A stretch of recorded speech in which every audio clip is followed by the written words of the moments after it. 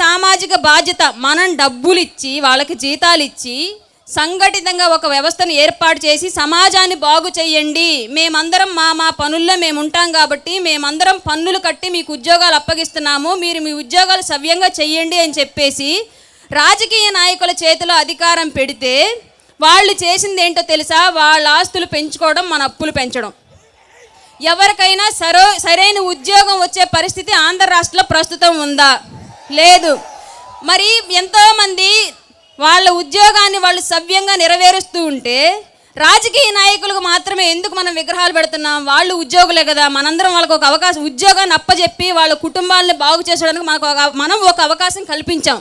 కానీ వాళ్ళు ఏదో వాళ్ళ సొంత డబ్బులతో చేసినట్లుగా ఎందుకు వాళ్ళకి విగ్రహాలు పెట్టి మన వీధుల్లో వాళ్ళ మొహాలను రోజు మనకు రుద్దుతున్నారు? వాళ్ళు ఏమైనా పరమాత్ముల పైనుంచి దిగొచ్చారా? లేదా వాళ్ళ ఆస్తులు ఏమైనా మనకు పెట్టారా? నిద్ర లేస్తే ఒక మున్సిపాలిటీ కార్మికుడు మనం వేసే వ్యర్థాలని మల్లాల్ని అన్నింటినీ వీళ్ళకన్నా సవ్యంగా చక్కగా బాగు చేస్తున్నాడు, అతనికి పెట్టండి ఒక విగ్రహం, ఒప్పుకుంటాం.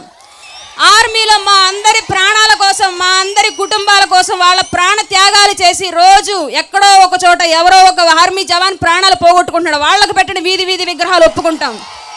వీళ్ళు ఏం చేశారని వీళ్ళ విగ్రహాలు మనకి అంటే, వీళ్ళు ఒక కుల వ్యవస్థను ఏర్పాటు చేసుకొని వీళ్ళ కుటుంబాలని వ్యాపారవేత్తలుగా రాజకీయంగా అన్ని విధాలుగా ఎదిగి ఒక ఊర్లో ఒక బలమైన సామాజిక వర్గంగా వీళ్ళే ఎదిగి వీళ్ళు మహానాయకులు అని చెప్తే మనంతా ఒప్పుకోవాలా?